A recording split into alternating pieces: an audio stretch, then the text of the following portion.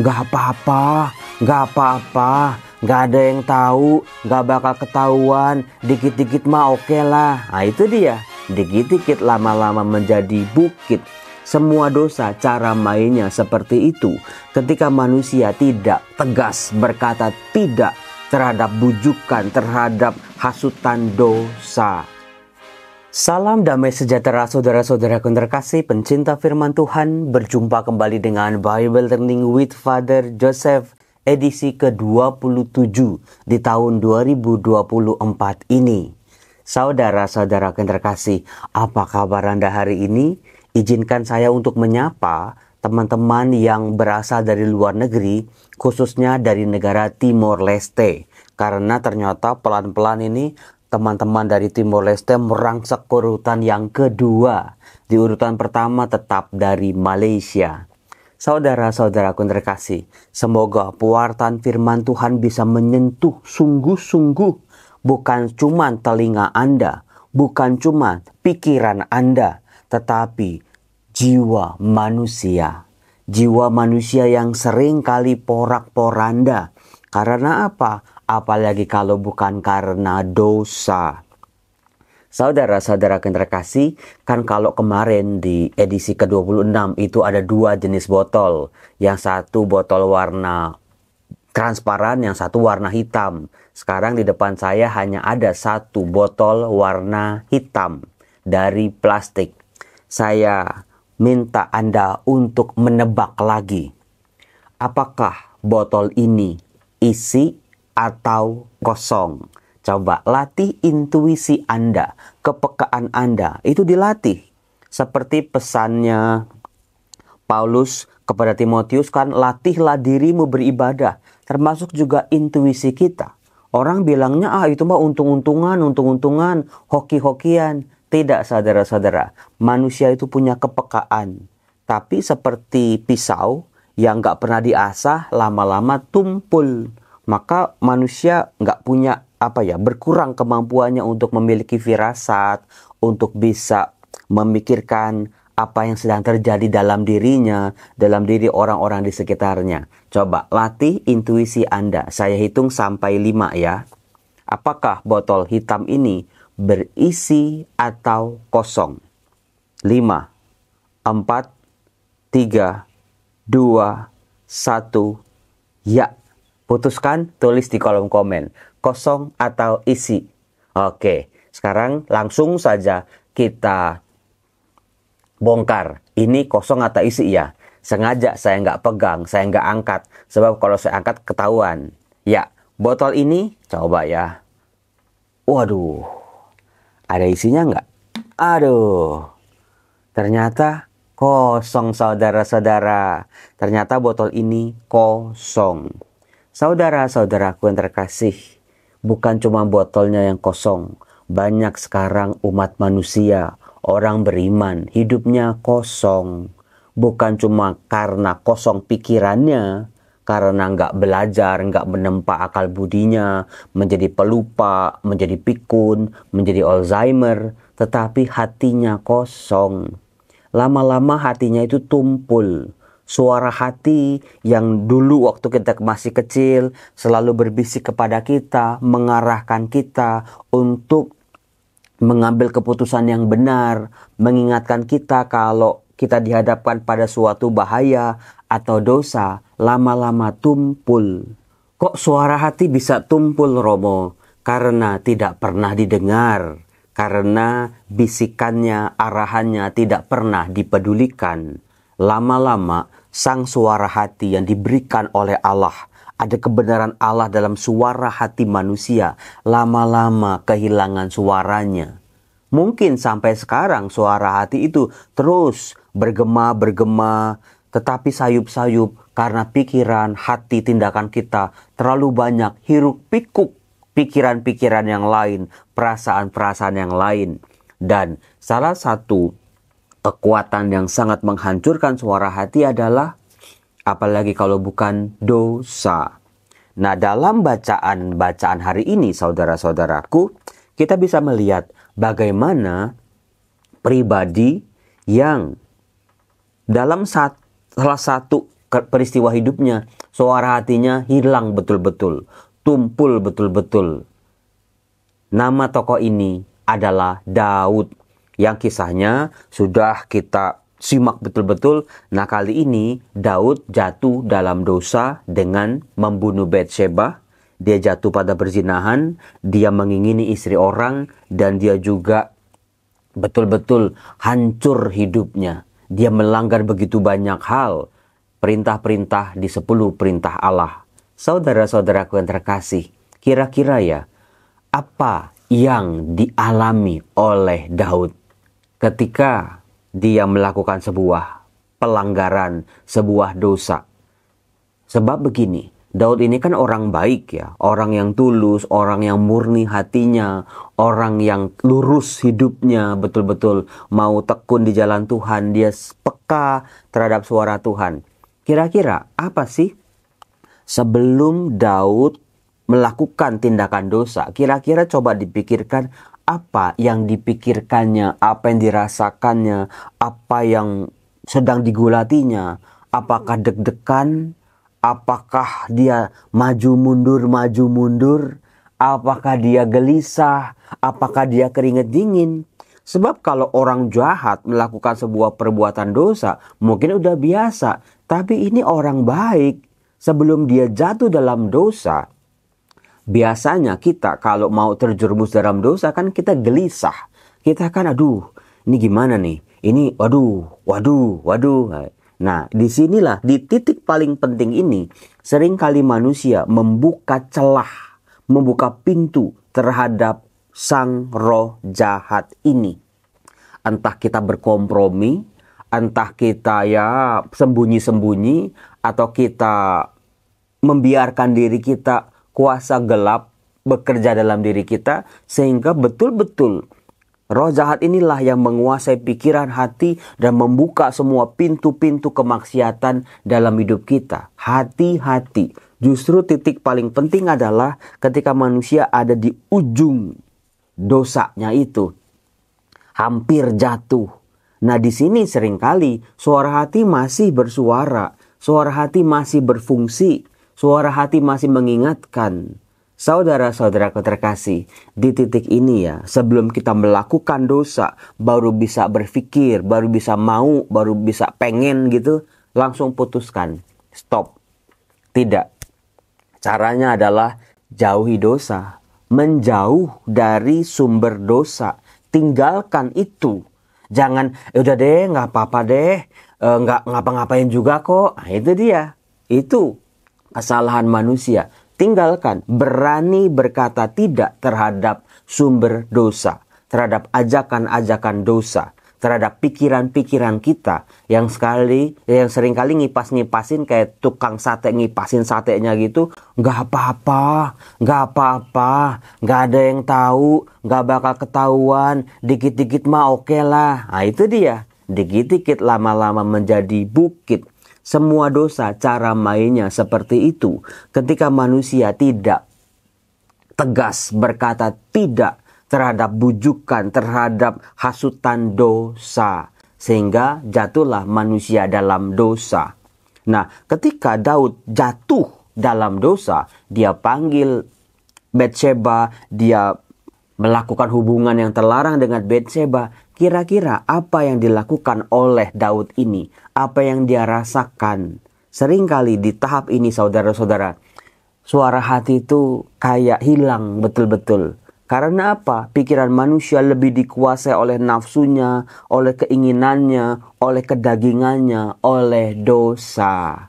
Baru nanti setelah perbuatan itu dilakukan, setelah manusia jatuh dalam dosa, biasanya manusia sadar kembali. Nah, saudara-saudara, dalam bacaan pertama hari ini, yaitu dari kitab 2 Samuel bab 12 ayat 1 sampai ayat 17, tampillah Nabi Nathan muncul sebagai representatif suara hati dari Allah. Ternyata Allah punya segala macam cara untuk mengingatkan manusia, untuk mengajak manusia kembali bertobat. Mulai dari yang paling halus sampai nanti bentuknya hukuman mungkin. Tetapi saudara-saudara, seringkali hukuman itu bukan karena datangnya dari Allah, tapi konsekuensi dari dosa-dosa manusia sendiri. Misalnya dari bisikan-bisikan. Biasanya setelah kita jatuh dalam dosa, ada rasa nggak enak, ada perasaan nggak happy, perasaan bersalah. Betul apa enggak? Itu yang paling halus tuh. Kemudian juga naik lagi levelnya, kita kalau tidur nggak nyenyak, makan nggak enak, terus kayak dikejar-kejar hutang, kayak dikejar-kejar perasaan bersalah. Kayak kita nonton film, teringat lagi memori-memori dosa itu. Kadang-kadang kita tersenyum, kok enak. Kadang-kadang kita tersenyum, wah kayaknya asik. Tapi di sisi yang lain kita digedor-gedor, kok kamu kayak begitu? Kok kamu tega? Kok kamu selemah itu? Kok kamu kayak orang kaya punya noda? Itu caranya. Kemudian level yang berikut adalah biasanya dari sang sumber dosa untuk mengilik-ngilik. Entah minta lagi, ngajak kita untuk mengulangi dosa lagi, atau dia menuntut. Dia menuntut biasanya. Kamu sudah begini, ayo tanggung jawab. Biasanya di situ mulai manusia itu keringet dingin, tangannya, kakinya bisa kesemutan, lalu merasa gelisah, merasa aduh Tuhan ampuni aku orang berdosa ini. Ketika manusia sudah dituntut oleh dosanya sendiri, hati-hati. Seringkali dosa itu, si iblis itu seperti sales lah. Ketika dia nawarin kita itu, dia nggak menceritakan apa-apa saja syarat ketentuannya yang lengkap, yang sesungguhnya. Ketika kita ambil keputusan, baru dia keluarin tuh. Kamu harus begini, kamu harus bayar ini, bayar ini. Itu dia cara kerja dosa. Bagaimana tidak saudara-saudara, seringkali manusia terlalu terlena oleh dosa-dosa dan kesalahan ini. Nah, diceritakan dalam kitab 2 Samuel ini, Nathan menghadap Daud. Waktu itu Daud belum sadar. Mungkin dia masih teringat-ingat, masih tersenyum-senyum dengan Bathsheba, kejadian yang baru saja terjadi. Itulah manusia saudara-saudara, perlu disadari. Bahkan oleh orang lain, oleh nabi, oleh firman Tuhan, oleh kuasa kasih Tuhan, oleh sabda Tuhan, oleh pasangan, oleh anak-anak bahkan. Bukan cuma anak-anak remaja, anak-anak yang di bawah umur juga kadang-kadang menjadi alatnya Tuhan untuk memberi teguran kepada orang tuanya yang bersalah. Para sahabat, atasan, guru, pendidik, itu yang seringkali terjadi. Nah, diceritakan waktu itu Nabi Nathan menceritakan sebuah perumpamaan tentang orang kaya dan orang miskin, bukan? Anda pasti ingat betul bagaimana si kaya ini serakahnya luar biasa. Dia itu ngambil kambing, domba, satu-satunya ternak yang dimiliki oleh si miskin ini diambil oleh si raja. Padahal rajanya punya begitu banyak hewan ternak, tapi dia nggak mau rugi. Karena apa? Ada seorang musafir datang ke rumah dia. Dia harus nyiapin makanan ini. Alhasil saudara-saudara, di situ Daud memberikan sebuah keputusan. Orang itu harus mati. Orang jahat itu harus mengganti rugi. Lalu dengan mudah Nathan berkata, engkaulah dia. Hanya dengan kata-kata engkaulah dia, Daud langsung sadar akan dosa-dosanya. Dia mohon ampun pada Tuhan. Dia merasa dia berdosa secara luar biasa. Dia sadar betul-betul dia telah melakukan yang jahat di mata Tuhan. Seluruh prestasinya, seluruh nama baiknya di mata Tuhan maupun di mata rakyat seolah-olah sia-sia. Dia bisa mengalahkan Goliat. Dia mengampuni Saul. Dia mengampuni musuh-musuhnya. Seolah-olah semuanya sirna. Seperti sebuah bangunan ambruk hancur dari dasar, seluruhnya binasa. Itulah kekuatan dosa yang bisa menghancurkan umat manusia. Hilang citra Allah, hilang kehormatan manusia karena dosa. Nah, saudara-saudaraku yang terkasih, yang menariknya sebetulnya dari kisah Daud ini bukan berapa kali dia melakukan dosa saja, bukan dosanya yang besar saja, bukan dia jahatnya saja, tetapi bagaimana pertobatannya. Itulah mengapa kisah kedosaan Daud diceritakan dalam kitab 1 Samuel dan 2 Samuel ini. Itu yang penting. Bagaimana kita jatuh dalam dosa? Ayo bertobat yuk. Ada kasih Allah. Ada kuasa pengampunan. Ada ampun Bapa bagi kita. Daud dalam salah satu ungkapan pertobatannya kita bisa lihat di Mazmur favorit banyak orang, yaitu Mazmur bab 51. Di sana dikatakan, ciptakanlah hati yang murni dalam diriku ya Allah. Baharuilah semangat yang teguh dalam batinku. Artinya apa? Dia merasa dirinya kotor. Dia merasa gak ada lagi motivasi dalam hidupnya. Gak ada semangat buat kerja, gak ada. Buat keluar rumah, gak ada. Buat ngapa-ngapain, gak ada. Itu cara kerja dosa tuh. Janganlah membuang aku dari hadapanmu. Janganlah mengambil rohmu yang kudus daripadaku. Saudara-saudara yang terkasih, seringkali orang mikir, oh lah dosa-dosa lah, ntar juga ngaku dosa. Gampang. Saudara-saudara, belajarlah dari Daud. Dia merasa dia dibuang oleh Allah. Bukan Allah yang membuang dia sebetulnya. Daudlah yang kabur dari Allah.